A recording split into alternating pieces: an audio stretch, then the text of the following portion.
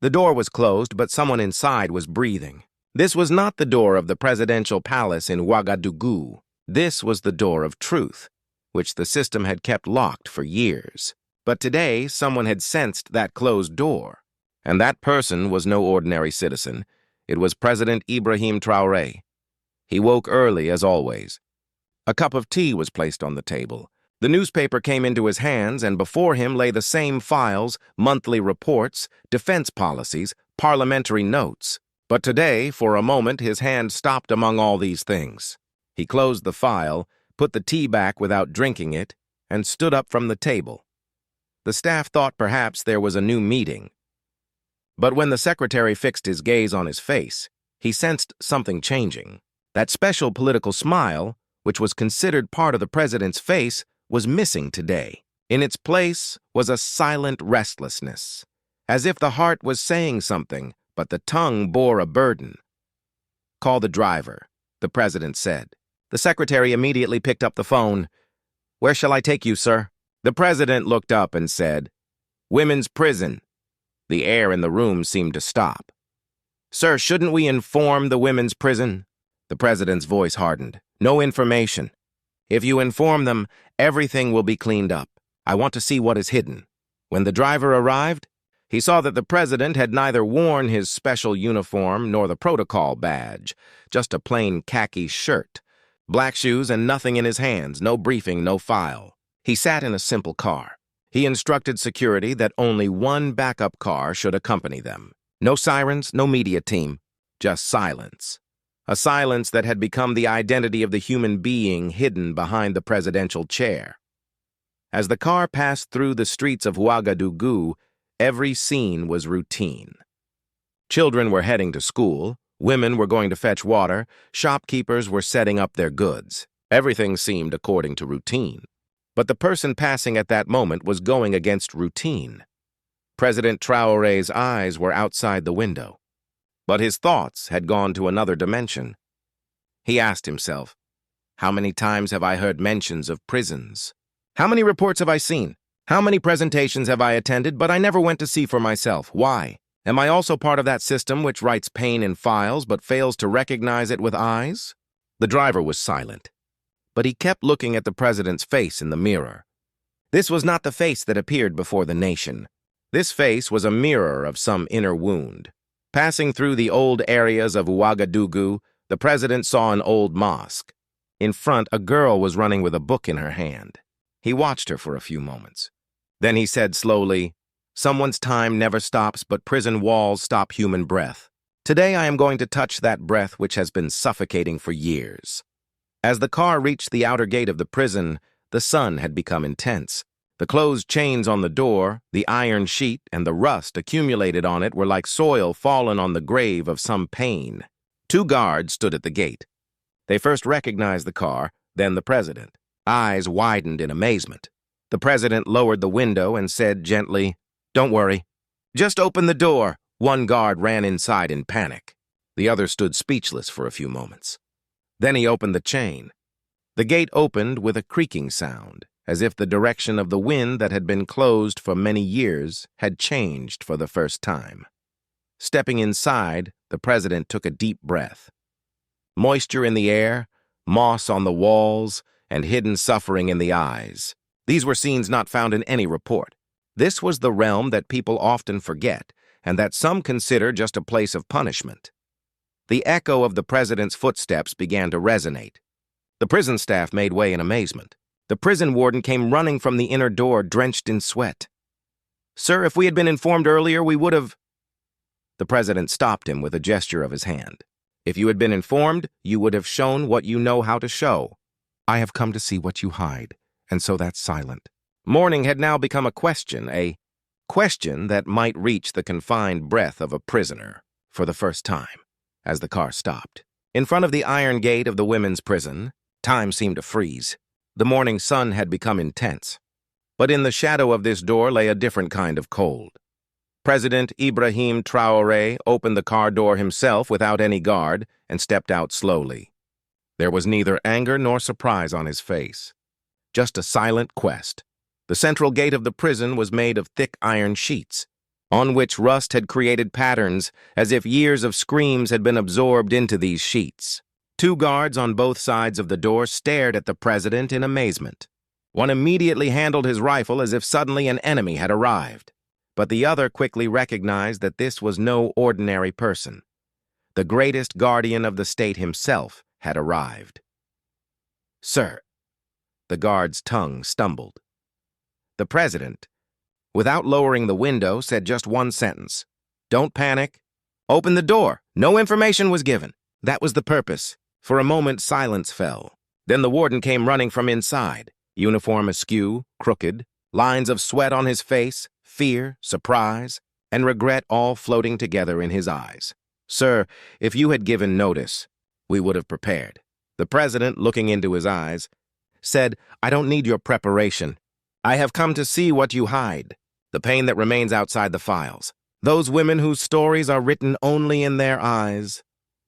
The prison gate opened with a creaking sound. Upon entering, a suffocating gust of wind hit the president's face. This was the atmosphere in which justice suffocated. Decaying walls, water dripping from ceilings, dirty stains on the floor. Everything seemed to be calling out that time had stopped here. The president's steps moved slowly toward the inner part. There was silence in the prison compound. But it was not the silence that brings peace. Rather, it was the one that hides pain, that has been suppressing someone's screams for years. In front of every barrack, prisoners' eyes began to peek through windows. Someone immediately hid their face. Someone silently began to cry. And there were some in whose eyes a nameless hope began to flicker. Has that person really come who not only listens but also sees?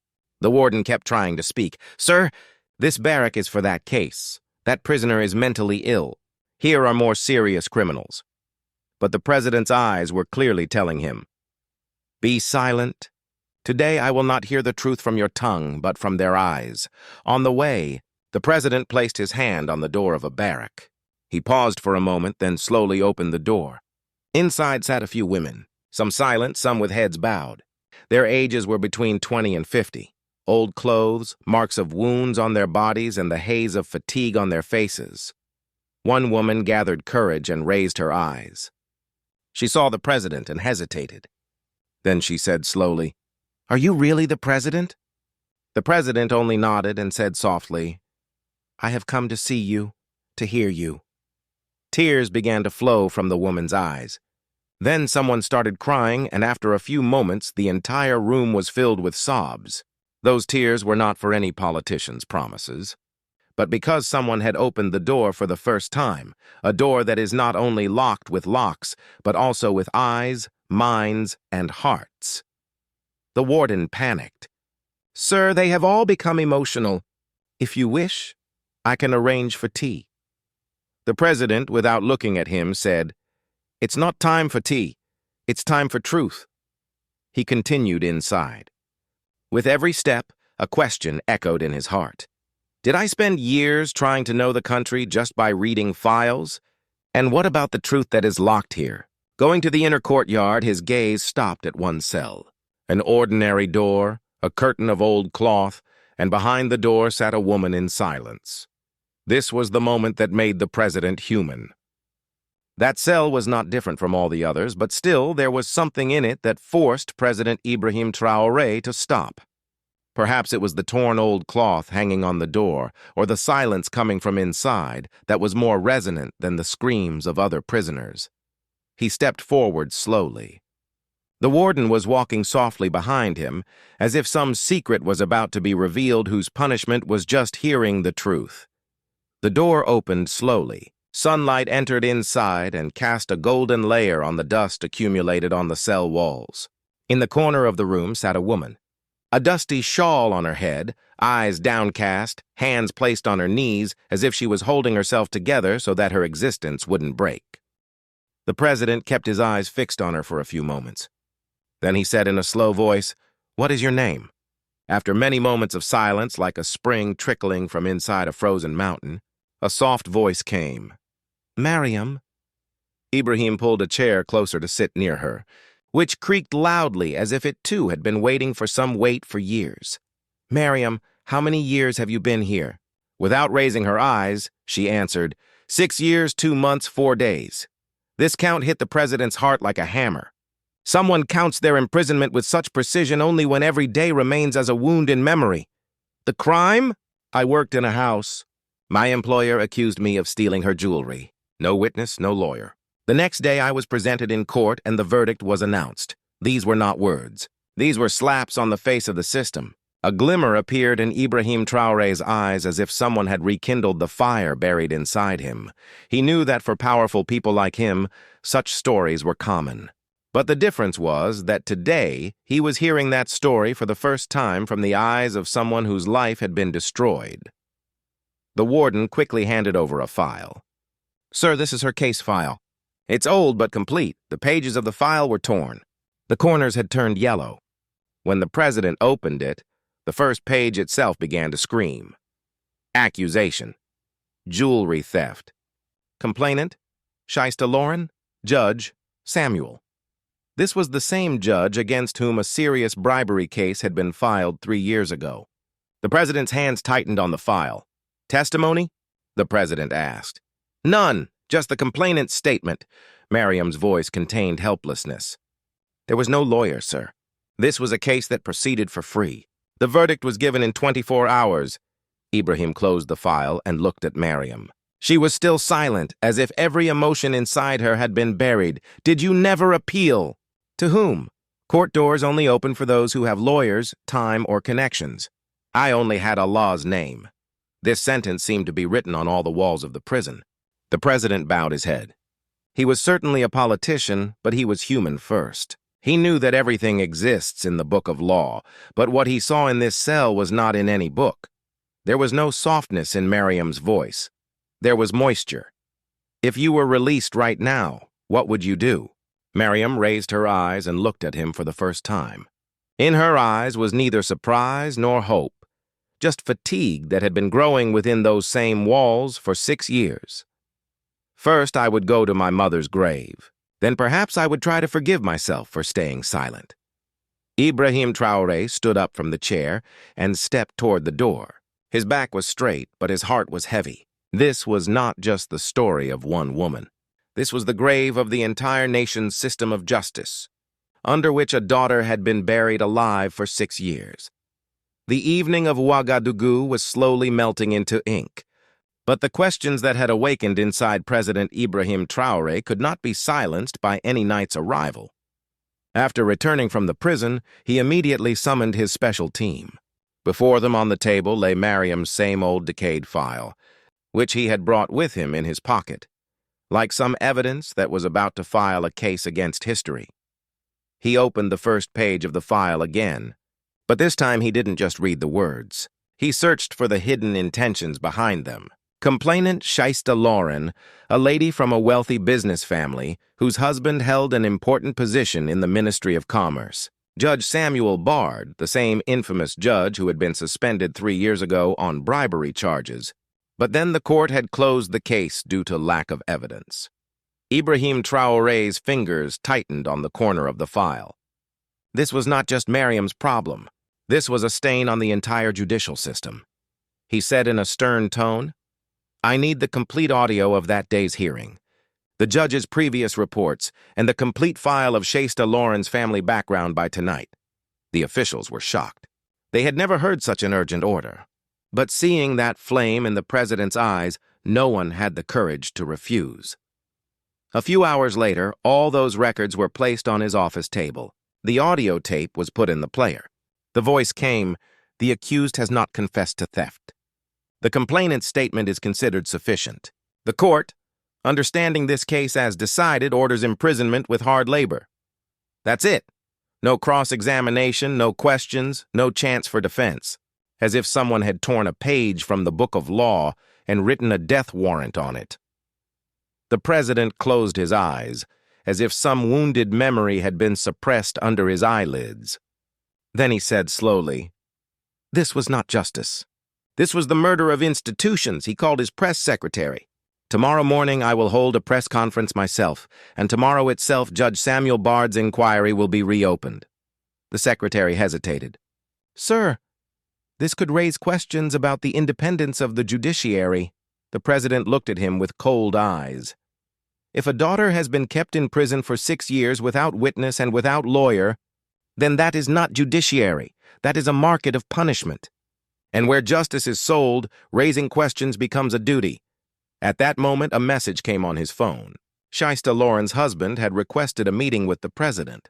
The president put the phone down with a bitter smile on his face. Now they'll meet when Mariam's voice has already come out. No, now that door is closed which remained open for years only for the oppressors. That same night, Ibrahim Traoré issued a secret order. Begin the process of immediate release of Mariam bint Yaqub. In all government files, her case should be declared null under wrongful judicial proceedings. Earthquakes came to the Ministry of Justice, Police Headquarters, and Human Rights Commission. Files began to open. Calls started happening. The eyes of those who scrutinized old decisions began to bow.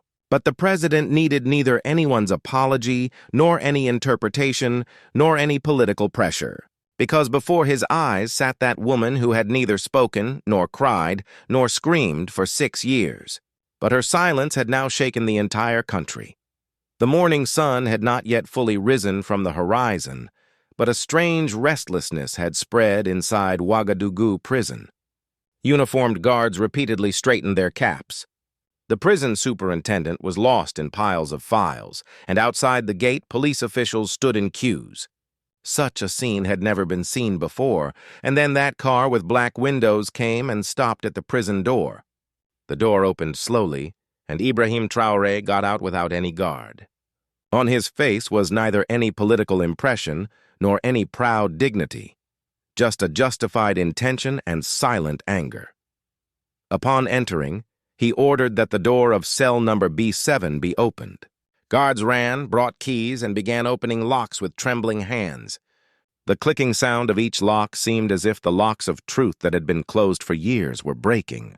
Mariam was still sitting on her mat. She was not unaware of this noise, but habitually she kept herself separate.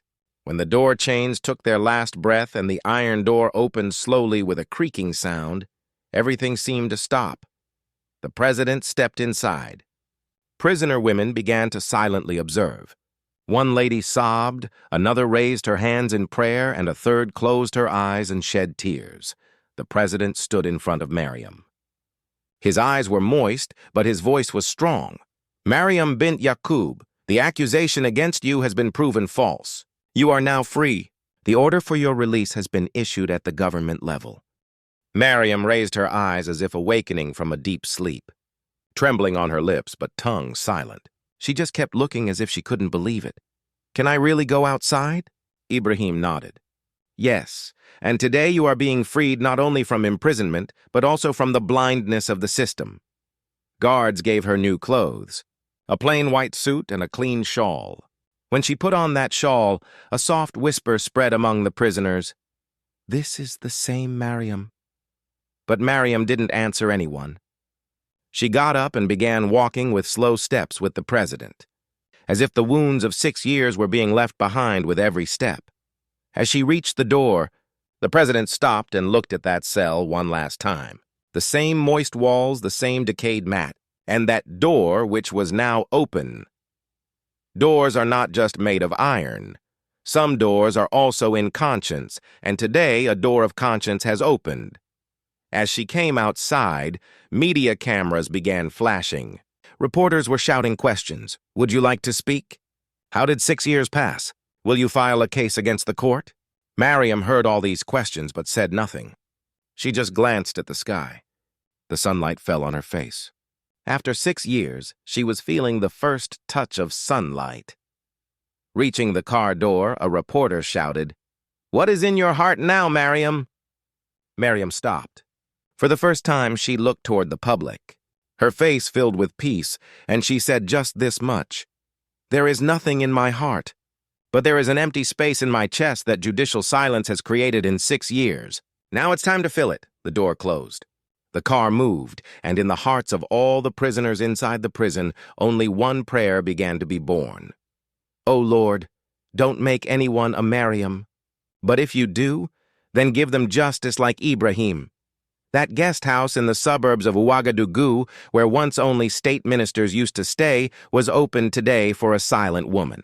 On President Ibrahim Traoré's instructions, every room, every bed, and every table there had been specially arranged. But that day's most special guest was she whose hands had remained in chains for 6 years. Upon the car's arrival, the guest house staff stood in line to welcome her. But Mariam, who had been hearing only the sounds of locks and mats for 6 years, was hesitant to accept this peaceful atmosphere. She entered the lounge with slow steps. Every step seemed to be on the threshold of a new world. A lady servant said gently, "Come, this room is for you." Mariam entered. The door was open. Inside was thick carpet, light fragrance, white curtains, a soft bed, and a small mirror hanging on the wall. There was silence in the room, but it was not the silence of imprisonment. It was the silence of dignity. You can take a comfortable bath. "Hot water is ready. If you need help, I'm outside," the servant said gently and closed the door. Mariam removed her decayed shawl that had been wrapped with imprisonment. Stepping into the bathroom, her heart was beating fast. Walking barefoot on the tiles, she was startled as if the ground had become soft. She turned on the water, and the stream fell directly on her palm. She was startled, but this time not from fear, but from amazement. Water kept flowing on her body, and Mariam felt as if the 6 years of imprisonment were washing away from her. With every drop, a stain was erased, of some abuse, some slap, some ignored question.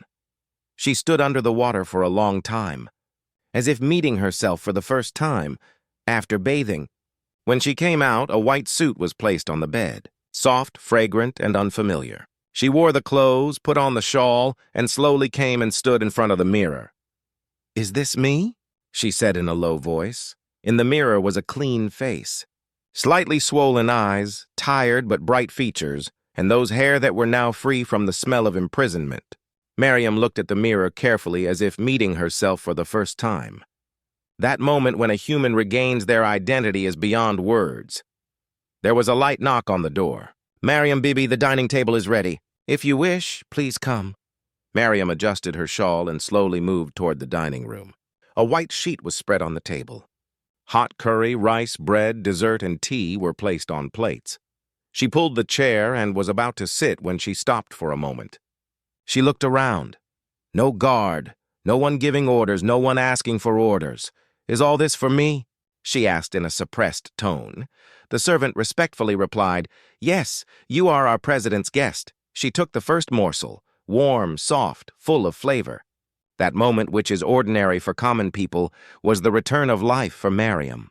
The morsel went down her throat and tears flowed from her eyes. "After 6 years, I have eaten to my heart's content without fear," she muttered to herself. That night, Mariam opened the window of her room and looked at the moon. The same moon that appeared very far through the prison bars was now seeming very close. Its light was spreading in the room, and also inside Mariam. Today was the first night when she slept not under any sheet, not behind any door, but by her own will. The evening of the guest house was wrapped in golden light. The sun was setting outside the window, but inside a new light was emerging. Mariam was sitting silently on her bed. A white shawl was on her shoulders, a cup of tea in her hands, and her eyes fixed on a scene outside the window that had neither bars nor walls. During that time, there was a knock on the door. "It was not a servant, but President Ibrahim Traoré himself. May I come in?" he said gently. Mariam immediately stood up. She adjusted her shawl with nervousness. Yes, certainly." The president came in, pulled a chair, and sat silently. For some time, only the light clinking of the teacup could be heard in the room. Then Traoré broke the silence. "Mariam, what did you want to become before imprisonment?" The question was unexpected. Mariam looked at him in surprise, then lowered her eyes again. After a long silence, her voice emerged. "I wanted to become a nurse." "A nurse?" "Yes," she said slowly. "My mother was often sick. She would stand in lines for medicines. Private hospitals were beyond our reach. Then I would think that if I were a doctor or nurse, no one's mother would die without medicine." She stopped speaking. Her eyes were moist. "And how far did you get your education?" "Matriculation. After that, circumstances didn't permit." My father died. My mother had a stroke. I started working. And then she left the sentence incomplete, as if she didn't want to say the word imprisonment again. Traoré took a sip of tea, took a deep breath, and then said, "You will become the same, Mariam, a nurse. The dream that was taken from you, we will now put it back in your hands. The government will take complete responsibility for your education. You will study, move forward, and someday a woman like your mother will receive healing from your hands." Mariam seemed to hear but couldn't believe.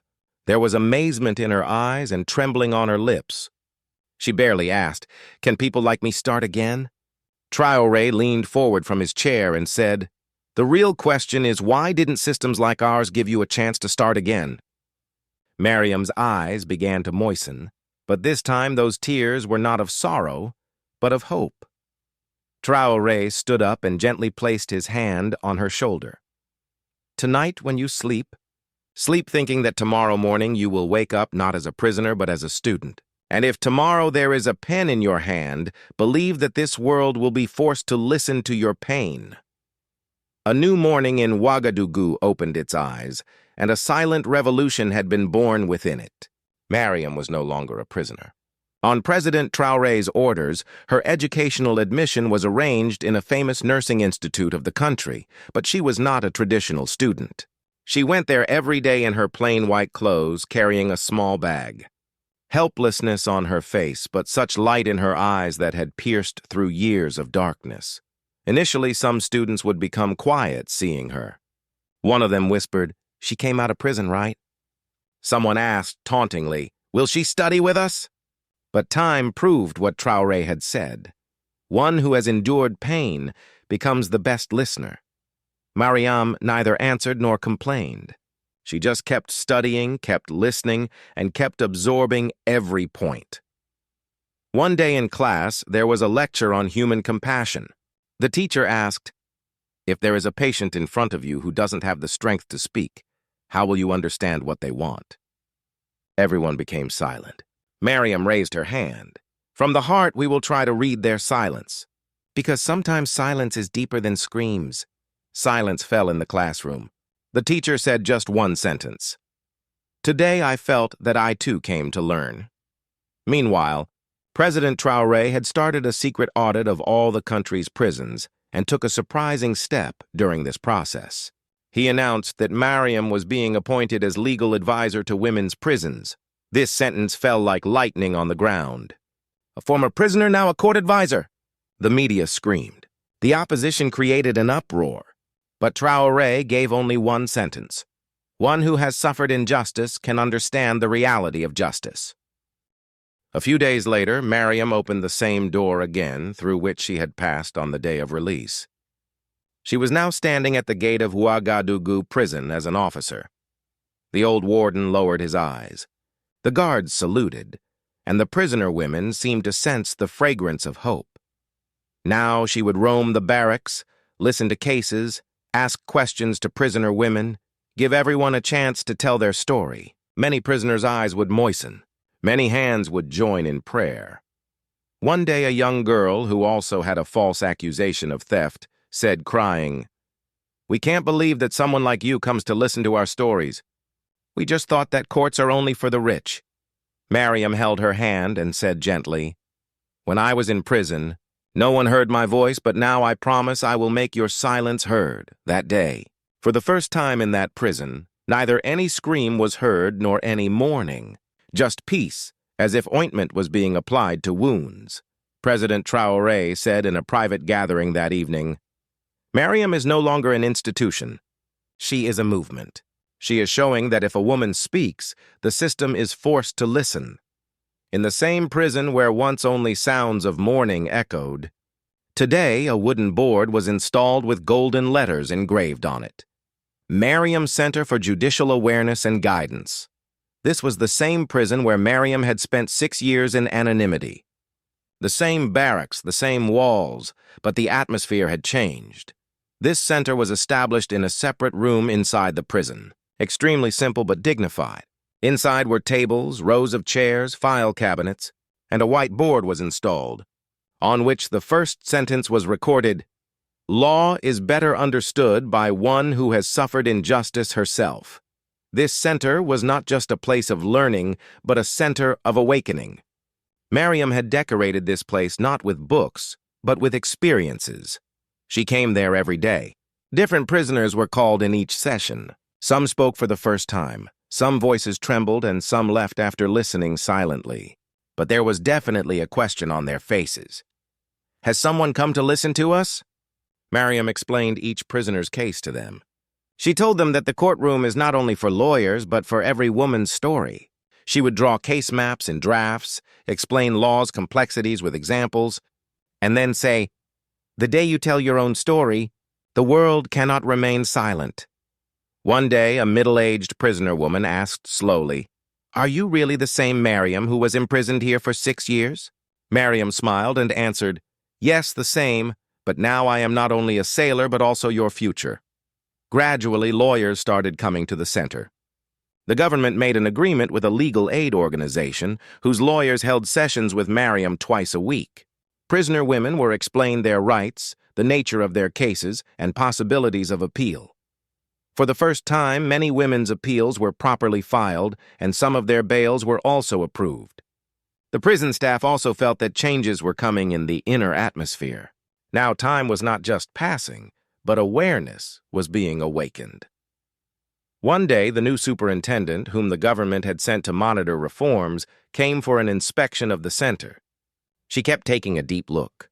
At the end of the class, she said to Mariam, "This is not just training. This is revolution." "You have made prisoners human," Mariam said with lowered eyes. "I have done nothing. I have just given voice to those screams that were buried in walls." News began appearing in the media. Mariam Center, University of Law inside prison, became the headlines of every newspaper. TV programs praised Mariam's story, but she always remained silent. Fame was not important to her. Rather, it was that light which she had received in 6 years of darkness. Now that light had to be conveyed to others.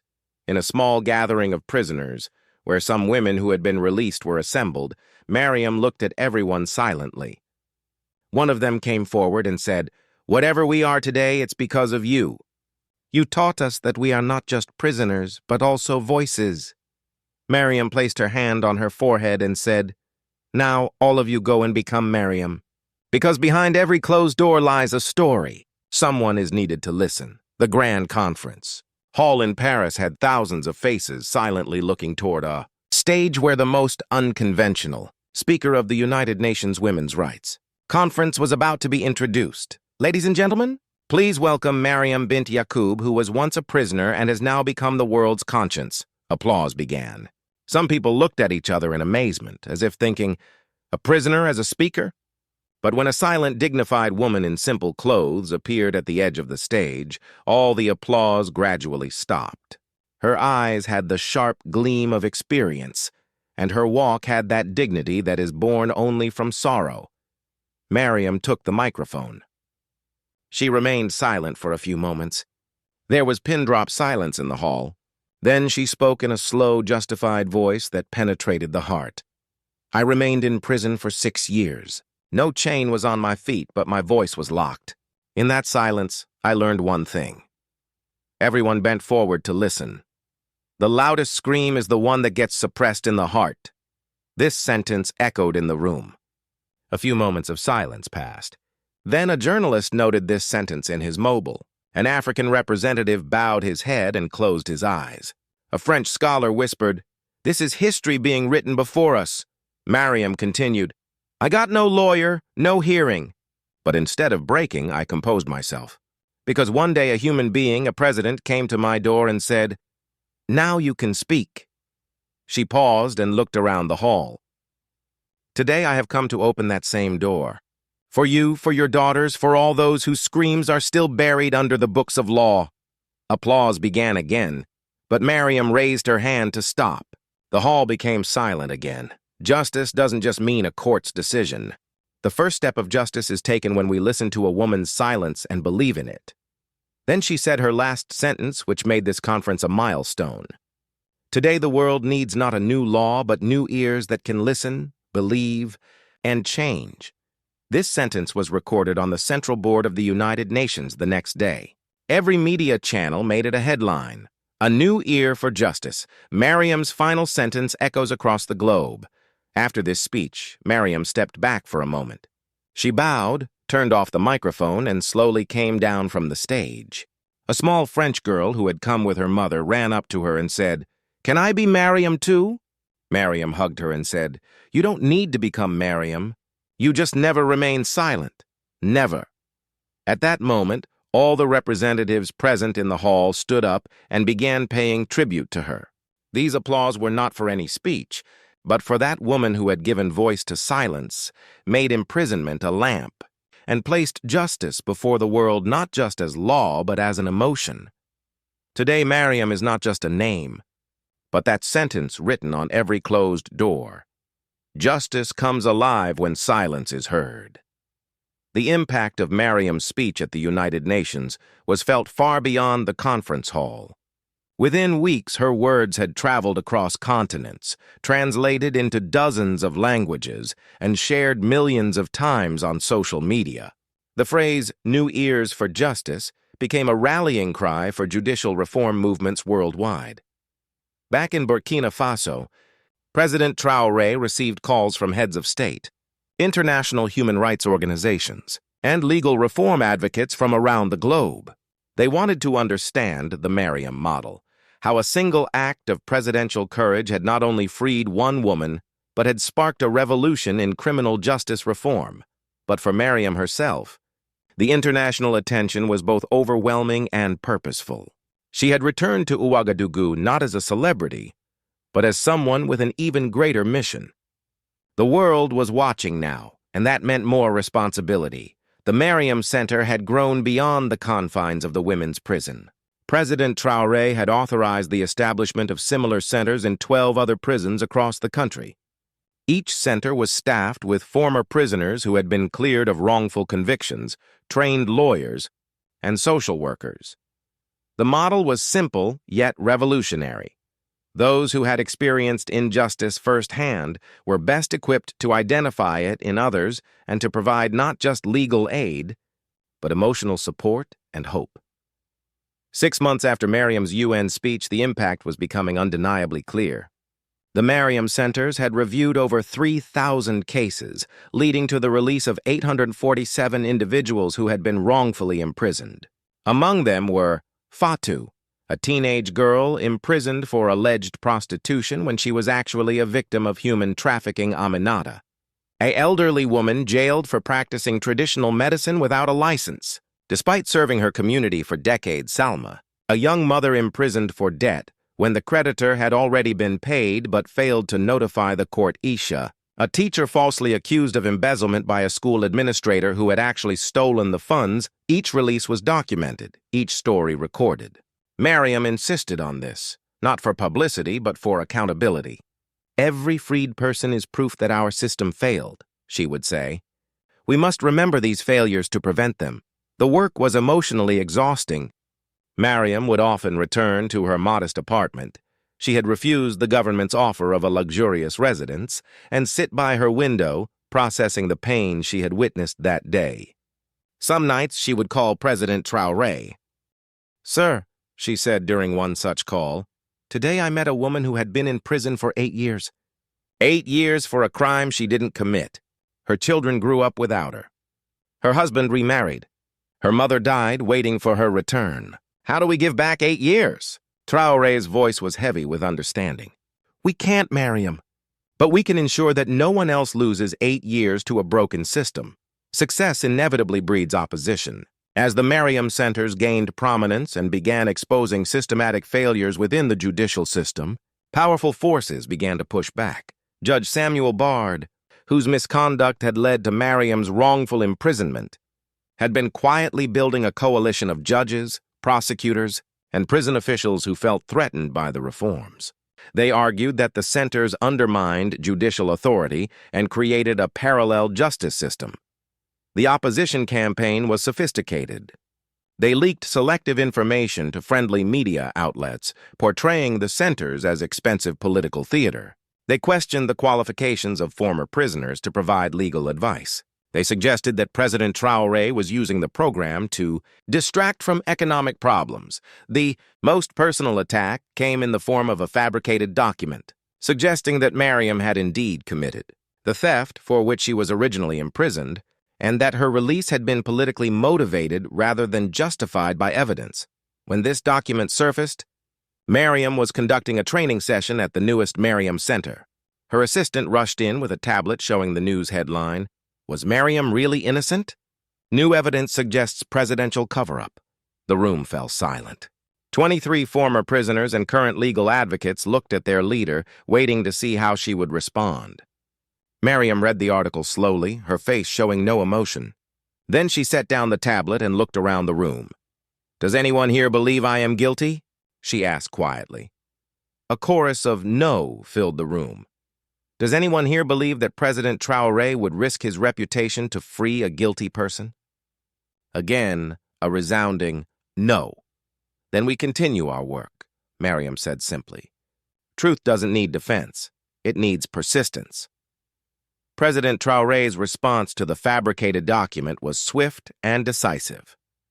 Within 24 hours, he had ordered a complete forensic analysis of the document, which quickly proved it to be a forgery. More importantly, he used the attack as an opportunity to launch a comprehensive investigation into judicial corruption. The investigation, led by international experts and overseen by the African Union, uncovered a network of corruption that extended far beyond Judge Samuel Bard. Court clerks were selling favorable verdicts. Prosecutors were taking bribes to reduce charges for wealthy defendants. And prison officials were accepting payments to provide better conditions for some inmates, while allowing others to suffer in deplorable conditions. Investigation's findings were released in a 400-page report titled "The Price of Silence: Systematic Corruption in Burkina Faso's Justice System." The report's most damning finding was that an estimated 40% of prisoners in the country's correctional facilities had either been wrongfully convicted or were serving sentences disproportionate to their crimes. Mariam was asked to write the report's foreword. Her words were characteristically powerful. "This report contains numbers, percentages, statistics, financial figures. But behind every number is a human being whose life was stolen by corruption. Some of these people are still alive, still hoping, still breathing behind bars. Others died in prison, their innocence buried with them. This report is for all of them, but especially for those who cannot speak for themselves." The success of the Mariam Centers had attracted attention far beyond Burkina Faso. Delegations from Ghana, Mali, Senegal, and Niger visited to study the model. International human rights organizations began advocating for similar programs in their own countries. Mariam found herself traveling more frequently, sharing her story and the methodology of the centers at conferences across Africa and beyond. Each trip was carefully planned. She would spend no more than 3 days away from home, and she insisted on visiting local prisons wherever she went. In Lagos, Nigeria, she met Kemi, a woman who had been imprisoned for 15 years for allegedly killing her husband. The evidence had always been circumstantial, but Kemi was poor and couldn't afford proper legal representation. When Mariam heard her story, she saw her own reflection. "Sister," Kemi said through tears, "I heard your speech on the radio. I never believed anyone would understand." "But you do, don't you?" Mariam held her hands. "I understand the silence," she said. "But your silence ends today." Working with local lawyers and activists, Mariam helped establish a review process for Kemi's case. Within 6 months, new evidence had emerged that not only proved Kemi's innocence, but identified the actual perpetrator, her husband's business partner, who had fabricated evidence to frame her. Kemi's release made international news, but more importantly, it led to the establishment of the first Mariam Center outside of Burkina Faso. Despite her public success, Mariam struggled with private demons. The trauma of 6 years in prison didn't disappear simply because she was now free and celebrated. She suffered from nightmares, anxiety attacks, and periods of deep depression. She had begun seeing a therapist, Dr. Sarah Okonkwo, a Nigerian psychiatrist who specialized in treating survivors of judicial trauma. Dr. Okonkwo had been following Mariam's story and had offered her services pro bono.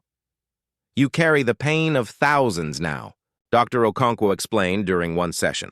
"Your own trauma plus the trauma of every person whose story you hear.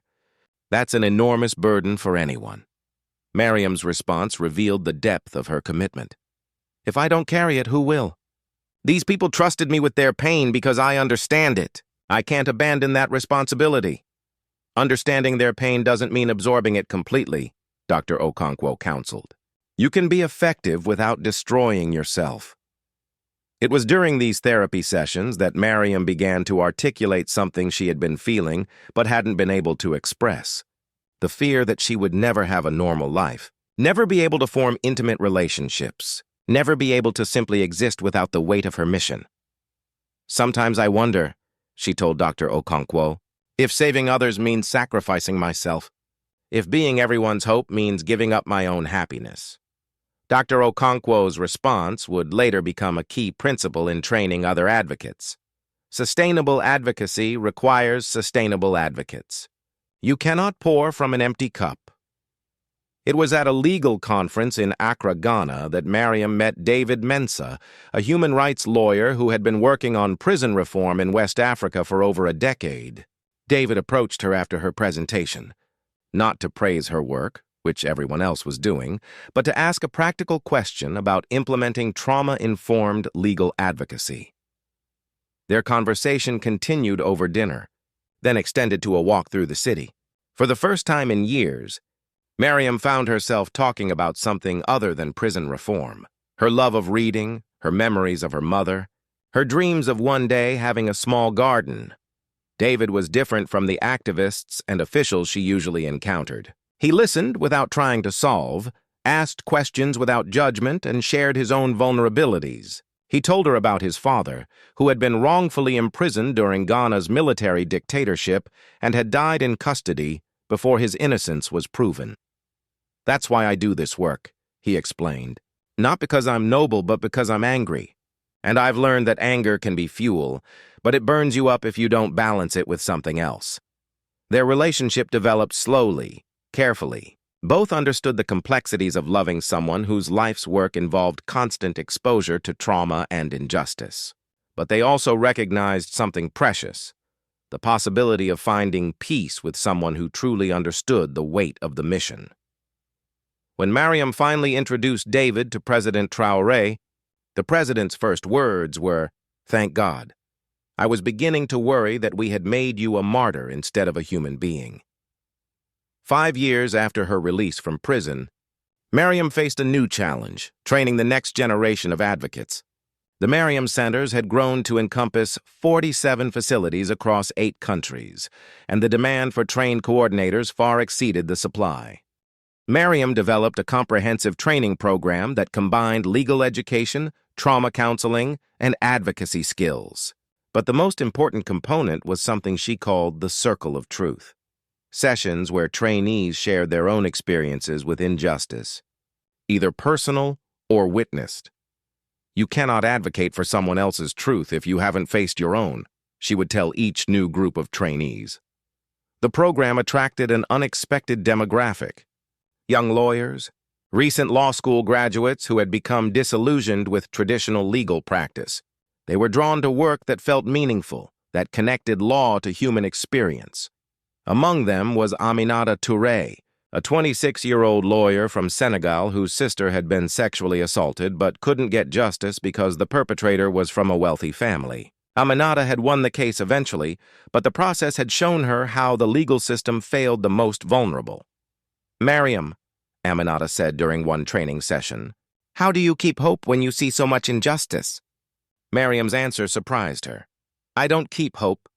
Hope keeps me. Every person we help, every wrong we right, every voice we amplify, that creates hope. Hope is not something you have. It's something you do." As the 10th anniversary of Mariam's release approached, President Traoré proposed a monument to commemorate her journey and the broader prison reform movement. Mariam's response was characteristically practical. Instead of a monument, she wanted a university. "Stones commemorate the past," she explained. Education creates the future. The Mariam University of Justice and Human Rights was established with campuses in 5 African countries. Its mission was unique: to train lawyers, judges, social workers, and policymakers specifically to work within criminal justice systems, with a focus on protecting the rights of the most vulnerable. The university's curriculum was groundbreaking. Students spent 1 semester working in prisons, another in rural communities with limited legal access, and another with international human rights organizations. Every graduate was required to complete a capstone project that addressed a specific injustice in their home, country, but perhaps the university's most innovative feature was its admission policy. 50% of students were recruited from traditional academic backgrounds, while the other 50% came from what Mariam called life universities, former prisoners, victims of injustice, community organizers, and others whose education came from experience rather than textbooks. The best lawyers understand both the theory and the reality of law, Mariam explained to critics who questioned the admission policy. You cannot truly understand justice if you have never experienced injustice. Today, 15 years after that morning when President Ibrahim Traoré first walked through the gates of the women's prison in Ouagadougou, the Mariam Centers have helped free over 12,000 wrongfully imprisoned individuals across 23 countries. The Mariam University has graduated over 3,000 students who now work in legal systems around the world. Mariam herself, now 45, continues to split her time between direct advocacy and training others. She and David married in a simple ceremony attended by dozens of former prisoners whose cases she had helped. They live in a modest house in Ouagadougou, where Mariam tends a small garden in the backyard, a symbol of growth from barren ground. She rarely gives interviews anymore, preferring to let her work speak for itself. But when she does speak publicly, her message remains consistent. Justice is not a destination. It is a journey, and that journey must be taken by each generation, in each country, in each heart that refuses to accept injustice as inevitable. The plaque that still hangs in the original Mariam Center contains words that have become a motto for advocates worldwide. Justice comes alive when silence is heard. But Mariam added a second line that is perhaps even more important. And silence is broken when someone finally listens. President Traoré, now in his 3rd term, often reflects on that morning when he decided to visit the prison without notice. In his memoir, he wrote, "I thought I was going to see a prisoner. Instead, I found a teacher who would educate our entire nation about the true meaning of justice." But perhaps the most fitting testimony comes from Fatou, one of the first women freed through a Mariam Center review. Now a social worker herself, she says, "Mariam taught us that we are not defined by what was done to us, but by what we choose to do for others." She showed us that the door of the prison can close, but the door of possibility never has to. The story of Mariam is still being written. In every courtroom where a judge listens more carefully to testimony, in every prison where conditions improve because someone cares, in every law school where students learn that justice is not just about rules, but about people. It is written in the lives of thousands who found freedom not just from prison, but from the silence that had trapped them even more completely than bars ever could. And it is written in the simple but profound truth that sometimes the most powerful way to change the world is to listen to the voices that the world has chosen to ignore. The door that was opened that morning in Ouagadougou has become thousands of doors, opening in places where injustice once seemed absolute. And as long as there are people willing to listen, as long as there are voices willing to speak truth, those doors will never close again. The end author's note. This story is inspired by real events and real people who have fought against injustice around the world.